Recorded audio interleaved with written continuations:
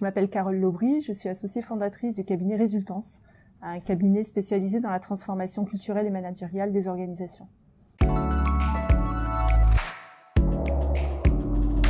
Pour moi, une organisation apprenante, c'est une organisation qui est vivante, c'est-à-dire qui apprend d'elle-même en permanence, donc qui se vit en transformation permanente en permanence, donc qui a intégré le fait que la transformation, c'est au contraire une excellente nouvelle, c'est un excellent signal et qui permet à l'organisation d'être oxygénée, de se vivre comme un organisme vivant. C'est une organisation qui est ouverte, ouverte sur son écosystème, ouverte au feedback, ouverte à l'apprenance, ouverte à l'innovation, ouverte à l'échange, ouverte au dialogue, ouverte aux nouvelles cultures, à la diversité, à la mixité. Et alors un troisième mot, ça serait peut-être celui d'intelligence collective, qui serait peut-être le trait d'union entre les deux.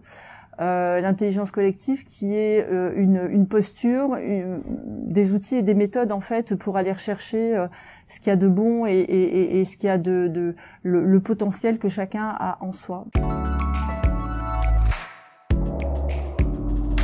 La logique systémique, elle est extrêmement importante, c'est-à-dire qu'on va agir un petit peu au niveau des architectures invisibles, c'est-à-dire que dans ces modes d'intervention, on n'est pas sur du produit ou du service, mais on va être beaucoup sur la qualité relationnelle, la communication et le cadre de fonctionnement collectif. Et ça, c'est quelque chose d'un peu nouveau, c'est-à-dire que pendant longtemps, le coaching a été très axé sur le coaching de performance pour faire des breakthroughs, c'est-à-dire créer des incentives par les clients pour savoir où aller, redéfinir une stratégie. Et la demande maintenant, elle est beaucoup sur cette partie culturelle qui est davantage nos interactions. Les interactions, c'est de l'ordre de l'invisible. Qu'est-ce qui fait qu'on va se sentir bien dans un collectif? Qu'est-ce qui fait qu'on va avoir envie de donner? Qu'est-ce qui fait qu'on va avoir envie de produire? Qu'est-ce qui fait que il va y avoir un niveau d'intelligence collective, alors que certaines études montrent que c'est pas parce qu'on se réunit à plusieurs qu'on est forcément plus intelligent ensemble. En revanche, la façon dont on va le faire, et c'est là l'apport et l'efficience du coaching d'équipe, c'est que ça apporte des méthodes et des outils pour arriver justement à catalyser l'intelligence collective qui vont permettre de travailler sur ces architectures invisibles. Et en tout cas, c'est ce qui va donner des équipes haute performance, c'est-à-dire des équipes qui vont avoir un niveau d'énergie incroyable ensemble parce qu'on a mis en place les conditions qui fait que les gens vont bien se connaître, les gens vont définir leur cadre de fonctionnement, on va avoir un haut niveau de communication et c'est l'ensemble de ces axes en fait qu'on va pouvoir travailler ensemble avec le support du digital. Juste peut-être une clarification sur la terminologie parce que chacun y met un petit peu sa propre projection. Donc si on entend manager coach, le manager qui reste expert et qui transmet et qui oriente et qui guide, c'est ok avec ça. C'est-à-dire qu'il est en posture haute, il va expliquer en fait, il va être dans ce rôle de transmetteur, d'accompagnateur, de soutenant. Là-dessus, c'est super, c'est une très bonne nouvelle.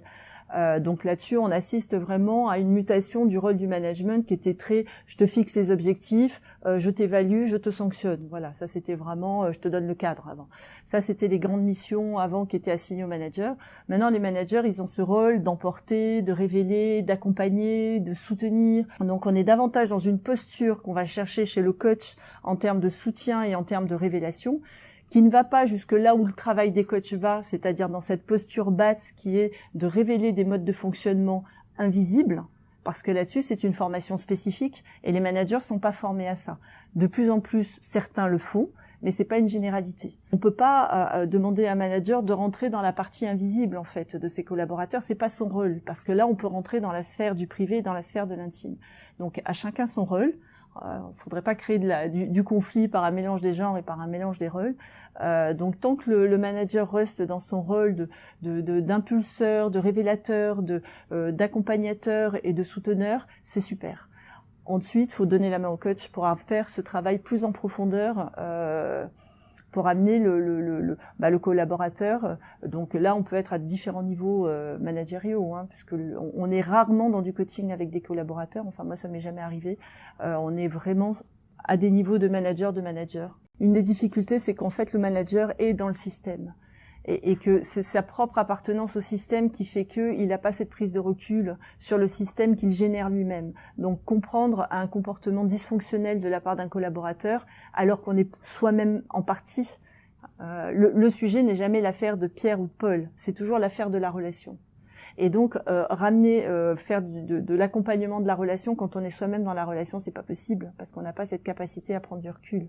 Donc c'est ce qui augmente la difficulté pour les managers d'avoir cette posture de coach. C'est qu'ils sont eux-mêmes dans la relation qu'ils accompagnent. Et c'est parce qu'ils sont dans cette relation-là qu'ils sont comme ils sont, qu'ils peuvent pas avoir cette prise de recul et en tout cas agir sur leur propre relation eux-mêmes.